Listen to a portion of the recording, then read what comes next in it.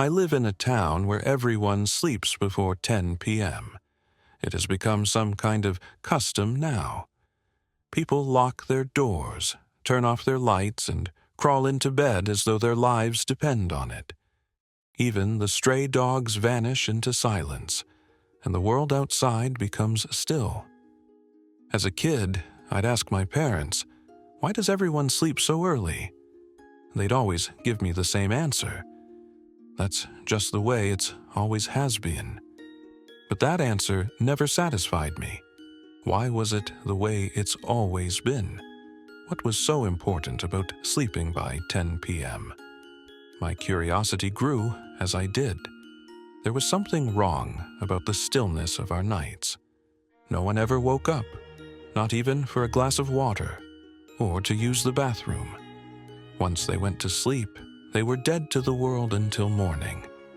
I'd overheard whispers once, conversations among the adults. "He broke the rule," someone had said, "never woke up again."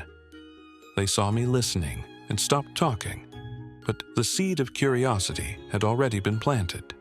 What really happened after 10 p.m.? One night, I decided to find out. That evening, I followed the routine like always. Dinner at 7, TV until 9, and then to bed. But this time, I pretended to sleep. I lay there with my eyes closed, listening as the town settled into its nightly stillness. At exactly 10 p.m., everything became silent. A silence so heavy, it felt alive. I waited for what felt like hours, though it was probably just 30 minutes. Then, slowly, I opened my eyes. My heart pounded as I sat up, every creak of the bed frame sounding deafening in the oppressive quiet. I tiptoed to my bedroom door and cracked it open. The hallway was empty. I could hear the sound of my own breathing. Slowly, I crept to my parents' room to check on them. They were fast asleep. Their faces were calm and undisturbed. For a while, I just stood there, watching them. But as I turned back toward my room, that's when I felt it. A presence. Not something I could see or hear, but something I knew was there. The air grew colder, pressing down on me like a heavy blanket. The hair on my arms stood on end and my instincts screamed for me to run. And then I heard it. "Why are you awake?" I froze. My mouth went dry and my limbs felt like lead, but then I thought, "It's Mom. It has to be Mom." I felt relief for a moment, but as I turned toward the voice, I noticed my parents' room. The door was still ajar, and I could see them lying in bed, motionless, breathing softly, asleep. If they were asleep, then who? The voice cut through my thoughts, louder this time with anger. "Why are you not sleeping?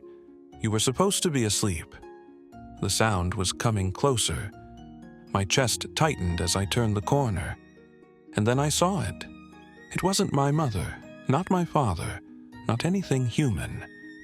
The figure was impossibly tall and thin, its skin stretched taut over its skeletal frame. Its face, or the space where a face should have been, was a void, a swirling black emptiness. "It's all your fault. You should have stayed asleep." Panic overtook me, and I ran. My legs felt like lead. My breath came in sharp gasps. But I didn't stop until I slammed the door of my room shut behind me. The knocking started immediately, loud, violent, relentless. Each blow shook the door, and I pressed myself against it, tears streaming down my face. And then, just as suddenly as it had started, the knocking stopped. Silence. For what felt like hours, I stood there, trembling, waiting for the next sound. When nothing came, I thought it was over. I thought I was safe. I opened the door. And that's when I realized something was wrong. The world outside wasn't the same. The air was thick, suffocating, and the walls of the house seemed warped, their colors dull and faded. The clock on the wall caught my eye, and my stomach dropped. The hands weren't moving, It was 10 p.m., and it always would be. I don't know how long I've been here. Days, weeks, years. Time doesn't exist anymore, not in this place. The town is empty now. No parents, no neighbors, no life. Just me, wandering the streets, searching for an escape that doesn't exist. I haven't eaten or drunk anything since that night, yet I'm not dead. I should be dead, but I'm not. My body has changed. I've grown taller, impossibly thin. My skin stretches tightly over my bones, and my reflection in broken glass reveals the truth. My face is gone, replaced by a void, a black nothingness. I don't feel human anymore. The memories of my life before are fading. I've grown angry, angrier with each passing moment, at myself, at the town, at everything. And then, one day, I saw something. A boy. He was small, frightened. I watched as he tiptoed down the hallway, peeking into his parents' room. The sight filled me with rage. "Why are you awake?" The boy froze, his eyes locking onto mine, and in that moment I realized the truth. I wasn't watching him.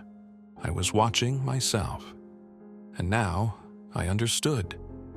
I had stayed awake, and now I was the